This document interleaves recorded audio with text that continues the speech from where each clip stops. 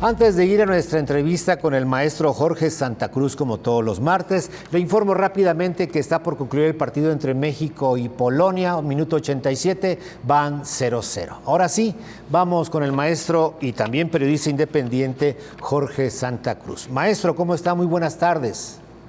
Hola, querido José Luis, qué gusto saludarlo. Gracias porque me recibe a usted, al equipo. Muy buenas tardes a la audiencia también. Bien, hoy tenemos la visita de Díaz-Canel a Moscú. Desde su punto de vista, me comentaba usted antes de iniciar esta entrevista de que podría ser el reinicio de la Guerra Fría. Platíquenos un poquito sobre este tema, maestro.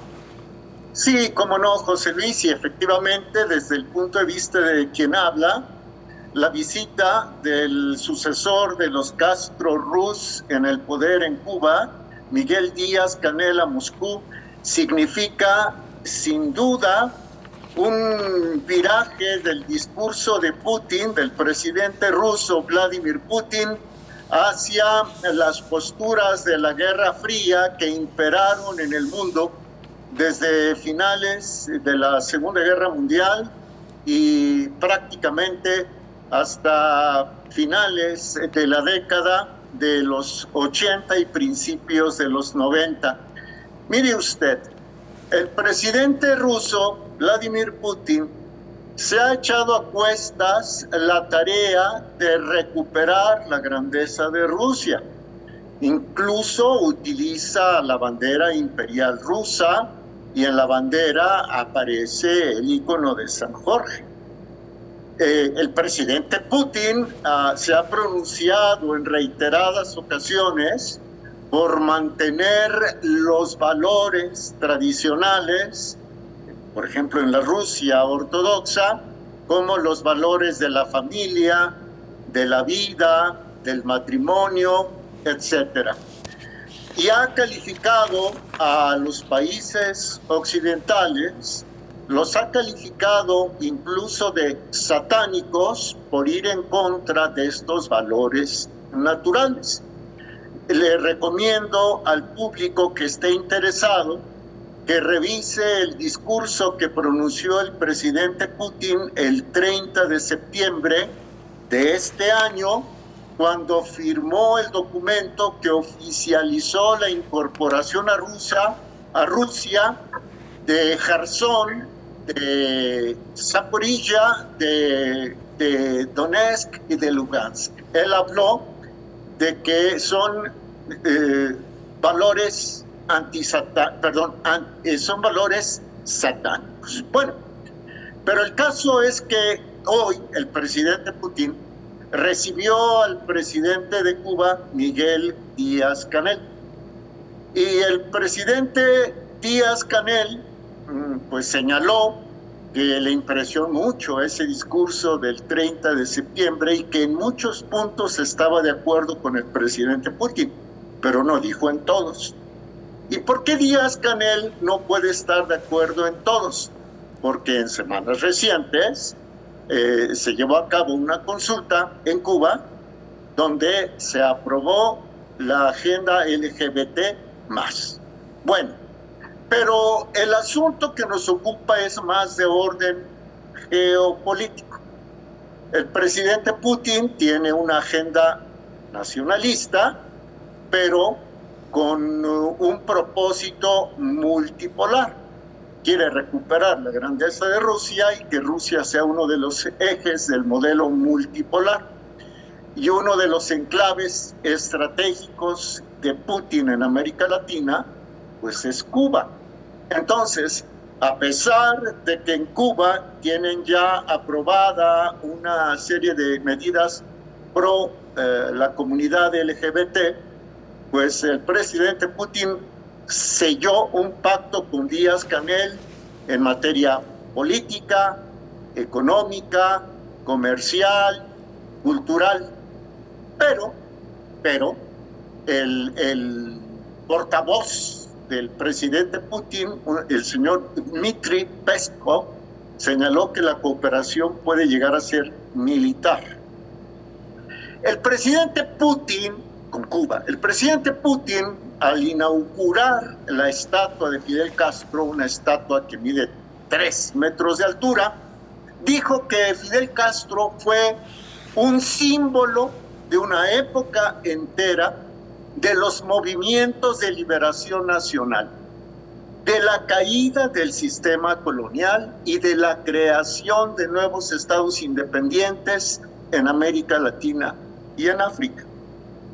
También dijo que la Unión Soviética entonces y Rusia ahora apoyan a Cuba y que Cuba apoyó a la Unión Soviética y ahora Cuba apoya a Rusia. En conclusión, este discurso del presidente Putin en la inauguración de la estatua de Fidel Castro Ruz, lo que hace es darle actualidad a la doctrina de Fidel Castro Ruz y darle actualidad a la doctrina que prevalece en Cuba, al modelo de gobierno comunista que prevalece en Cuba.